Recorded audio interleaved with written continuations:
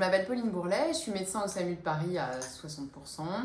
Et par ailleurs, je fais un peu de médecine d'urgence, soit parfois dans des structures privées, mais principalement en structure publique à Chamonix et en Martinique. J'ai été médecin pour les terres australes et antarctiques françaises.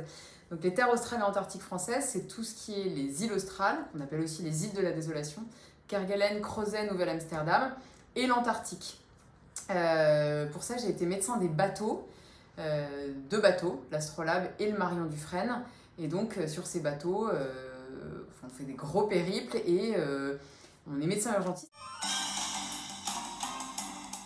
Tu as des petites consultations dont une bonne partie sont de la bobologie, mais s'il y a un arrêt cardiaque, une chirurgie à faire ou n'importe quel geste un peu chaud, et ben t'es tout seul en fait. T'es tout seul pour faire l'anesthésie,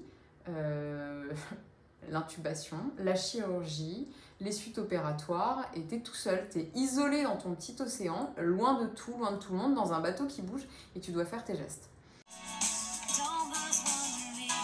On s'occupe de tout ce qui est grave, de tout ce qui est urgent. Voilà, c'est ça la médecine d'urgence. Et en fait, au sein d'un bateau comme ça, quand on est extrêmement éloigné de la terre ferme, notre but, c'est quand même d'éviter que le type meure ou qu'il ait des incapacités fonctionnelles.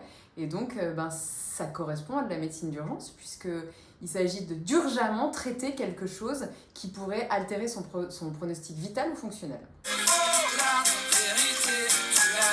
Je suis pas d'accord. La réa, il s'occupe du suivi des choses graves et de la prise en charge sur du long terme des choses graves. Nous, on est le premier intervenant sur les choses graves, et donc le diagnostic, l'œil et les traitements qu'on va instaurer et l'orientation qu'on va instaurer aux malades, et ça c'est vrai aussi bien pour les terres australes que pour nos services d'urgence de manière globale, ces premières minutes, ces premières heures vont déterminer le pronostic final de ton patient.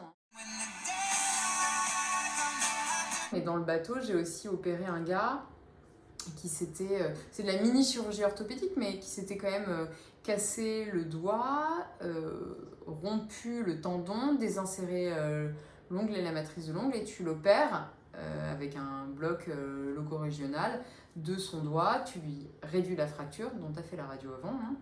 Tu lui réduis la fracture, tu lui sutures son tendon, tu lui réinsères la matrice de l'ongle en suturant son ongle correctement, tu resutures la peau, tu contrôles et tu surveilles, et tu es à bord d'un bateau et tu es tout seul. Ouais, c'est un peu couillu parfois, hein.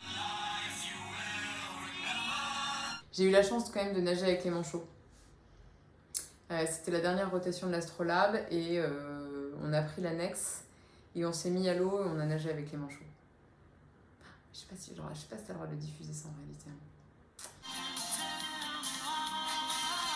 Et en fait, la médecine d'urgence correspond parfaitement à mon tempérament, c'est-à-dire que je suis un peu hyperactive, un peu insomniaque, et cette espèce de spontanéité dans les actions, de rapidité de prise en charge, cette possibilité de faire quelque chose qui est médical, mais en même temps avec des gestes, c'est quelque chose qui me correspond complètement. Et au fur et à mesure de mes gardes aux urgences, on m'a dit « Pauline, il faut que tu sois urgentiste, il faut que tu sois urgentiste ».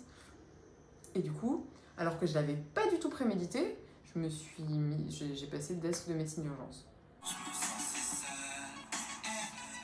C'est pour les gens qui sont capables de se débrouiller, qui ont un système développé et qui sont un peu aventuriers, qui n'ont pas peur de se mettre dans la difficulté, parce qu'en fait, c'est ça, ça te demande d'accepter d'être en difficulté un peu tout le temps. Choisissez pas la médecine d'urgence par dépit. Choisissez-la parce qu'elle vous plaît. Parce qu'un médecin urgentiste qui choisit la médecine d'urgence par dépit, c'est un mauvais médecin urgentiste. Mais il y a plein de trucs formidables à faire en médecine d'urgence. Et surtout, n'oubliez pas que votre carrière médicale, elle est ce que vous en faites. Donc rien n'est figé. Tout est ouvert à vos envies, à vos possibilités et à la façon dont vous bougez et ce que vous donnez de vous-même. Voilà ce que je peux vous dire. En fait, c'est incroyable, c'est incroyable.